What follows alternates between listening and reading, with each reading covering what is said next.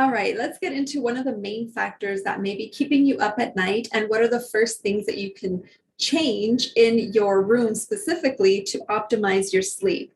So once again, let's look first at what your dream chamber, which is just a fancy way of saying room, what does it look like? How do you feel in there? How is it decorated? What are the colors that stand out? These are the things that I invite my students of Cosmic Dream Alchemy to look at their sleep environment first, which is why we talk about that in the first phase. Because before getting into any of that fun dream interpretation stuff and the alchemy, we need to get people sleeping first of all, and yourself as well. So when we experience sleep issues, there are many things to consider, like stress, overwhelm, life changes, all sorts of things, medical issues, the list goes on. So definitely investigate what is happening with you if you're having sleep issues. But one of the main things that we can look at, just to kind of cover all our bases, is considering your environment and how that may be affecting your sleep. So I realize that stress is a common factor, and bringing work or relationship problems into your bedroom, or just general life issues in general, I said that a couple times, to your bed with you can create those sleep issues, because you'll be thinking about it, bringing in all those emotions. And that's why I think it's important to create the transition between your day and night. And that's what we talked about in either the last video, I believe, about keeping a nighttime routine, if you want to check that out.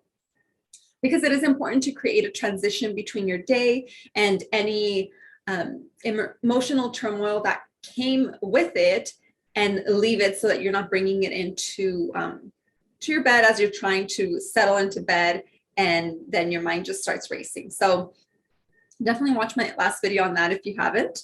But there is one main thing to address in your sleep environment that we all have, that'll make a huge difference to your sleep, and that's your room, your dream chamber. So some things to consider are the colors. What are the color accents in your room? Because in color psychology, certain colors bring in certain things. Like some will be more stimulating for the mind, and we don't want things to be stimulating when we are in our bedroom and trying to unwind. Some colors bring in more of that peaceful serenity type vibe. So that's what we want to bring in more of in your room, more of those neutral or colors that, like the blues, that will bring more of that inner peace. So you can start there, and once again, doing an inventory of your room so that you can see what changes you can start making. Challenge yourself to just make one small change, and maybe add to it each week. So from the things that I'm mentioning today, make one small change every day for like a week or so, and see how that improves your sleep. So the first thing would be colors. What color is your room right now, or accents? And then think about what that color represents, or what certain emotions, if you had to put a color to certain emotions, see what it, see if it correlates to the color that you have in the room. So let me back up right now, because I got a little tongue twisted there. I first invite my students to check what certain emotions, what color certain emotions would feel like to them. So what would you color anger, frustration, sadness, peace, social and fun, just list a whole bunch of emotions and then associate it to a specific color. And then look at what color is your dream, what there's more accents of, and then see back in the chart of the emotions, what emotion it's bringing up for you. I hope that made sense. I do have a workbook on this that like breaks it down a lot more. It's part of the program too, but if you just want that, I will leave it linked below. But associating that, because that shows the color psychology, and then look back at the chart and see, what do I actually want to feel in my room, and what color is associated to that.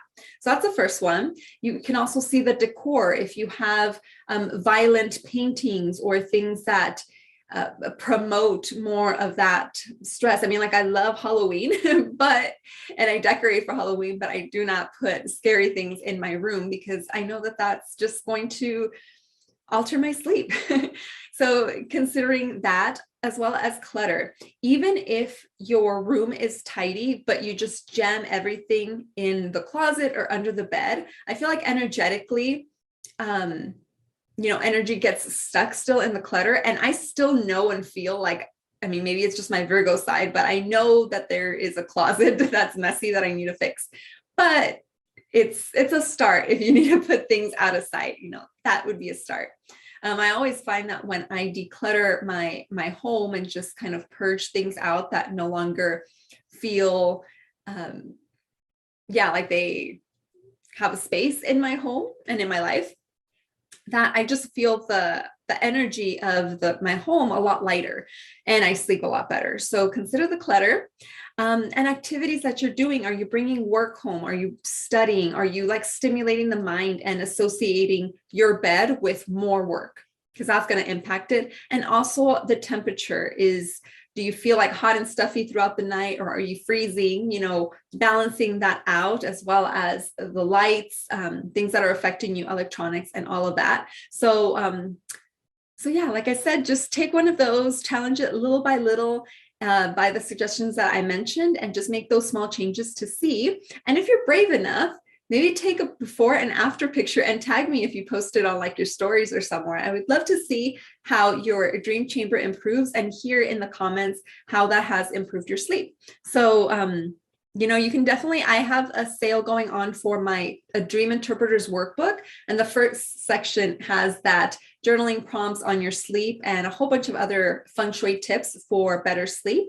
And then it goes on to dream recall and interpreting your dreams and all my process to interpreting your dreams and adding astrology into that. So I'll leave the sale linked below. And yeah, I'd love to see your dream chambers.